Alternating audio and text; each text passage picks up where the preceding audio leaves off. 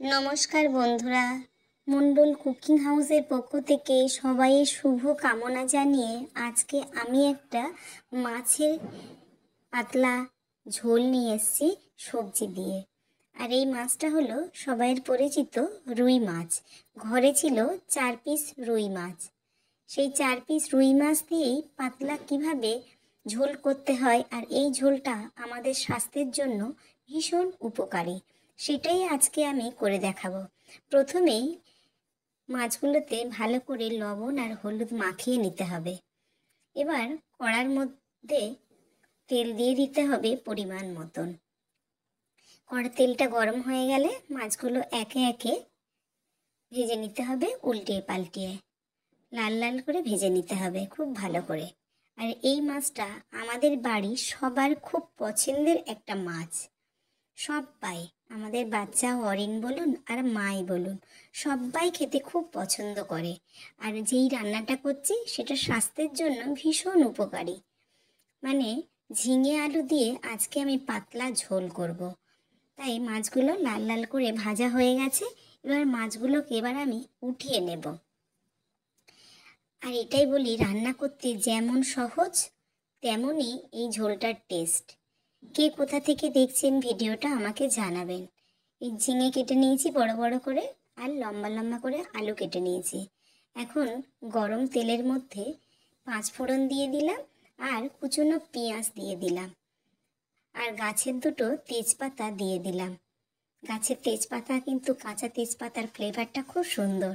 কাঁচা লঙ্কা দিয়ে দিলাম, আর একটু টমেটো কুচি দিয়ে দিলাম, একটু তেলও দিলাম। মা বললে একটু তেল দে, আমি একটু তেল কম খাই, কিন্তু মা বললে একটু তেল দে, কম যেন লাগছে। এবার এর মধ্যে একটু লবণ দিয়ে দিলাম, দিয়ে তার সাথে মশলার সাথে সাথেই সবজিটা ভালো করে কষিয়ে নেব। ভালো করে কষিয়ে নেওয়ার পরে এটা জল দিয়ে দেব। তার মধ্যে একটু হলুদ দিয়ে দিলাম। হলুদ দিয়ে একটু সামান্য কষিয়ে একবার নেবেন। কষানোর পরেই জল দিয়ে দেবেন। জলটা এখানে পাতলা হবে, খুব পাতলা না, আবার একদম মাখা মাখা না।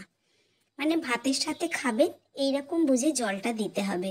যখন টকবক করে এরকমভাবে সবজিটা ফুটবে, তার মধ্যে দিয়ে দিতে হবে আদা বাটা।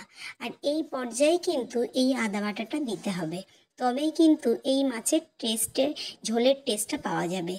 এবার এর মধ্যে দিয়ে দিতে হবে ভেজে রাখা মাছটা। ভেজে রাখা মাছটা খুব ভালোভাবে সিদ্ধ হয়ে গেলে দেখে নিতে হবে। তখনই দিয়ে দিতে হবে জিরে গুঁড়ো, আর দিয়ে দিতে হবে ধনে গুঁড়ো।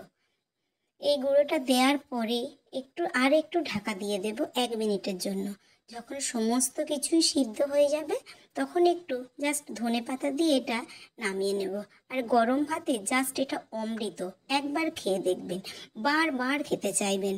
আমার এই ভিডিওটা বা রেসিপিটা যদি ভালো লেগে থাকে, আমাকে একটা লাইক, কমেন্ট, শেয়ার, সাবস্ক্রাইব করে আমার সাথে থাকবেন।